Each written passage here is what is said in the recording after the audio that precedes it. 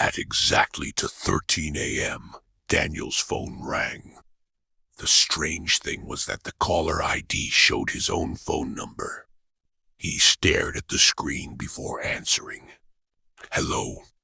For several seconds, there was complete silence. Then he heard his own voice whisper, "Daniel, whatever you do, don't open room 214. The call immediately ended. Daniel slowly looked around his apartment. He lived on the third floor of an old building where the rooms were numbered 201 through 213. There was no room 214. He tried to laugh it off and placed his phone on the table. 5 minutes later, 3 slow knocks came from the hallway. Knock, knock, knock. Daniel opened his door. Nobody was there.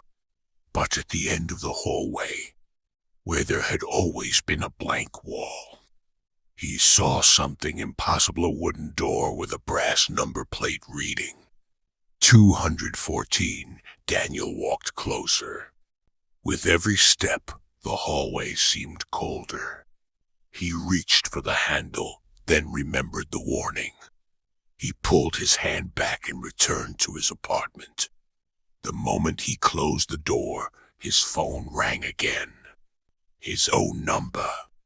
This time, Daniel refused to answer.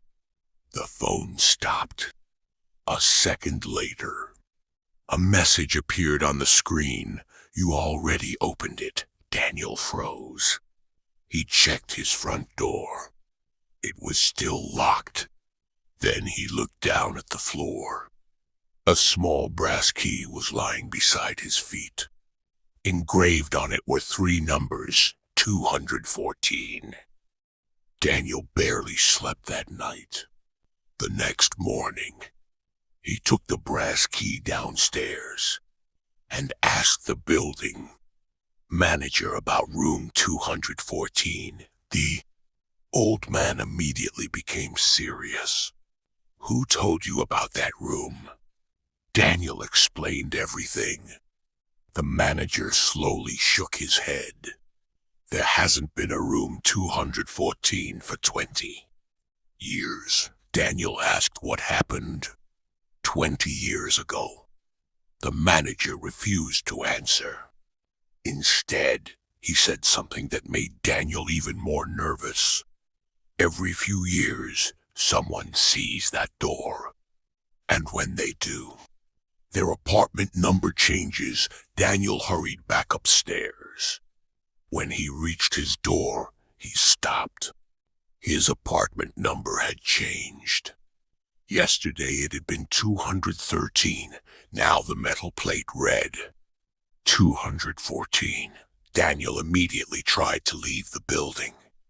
He opened the main entrance and froze. There was no street outside.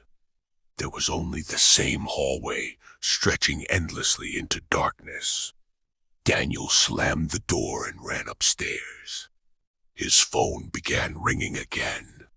His own number. This time he answered. "Who are you?" he demanded. A voice identical to his whispered. "I'm trying to warn you," Daniel asked. "What do you want?" The voice replied, "I'm you." From tomorrow, the call ended.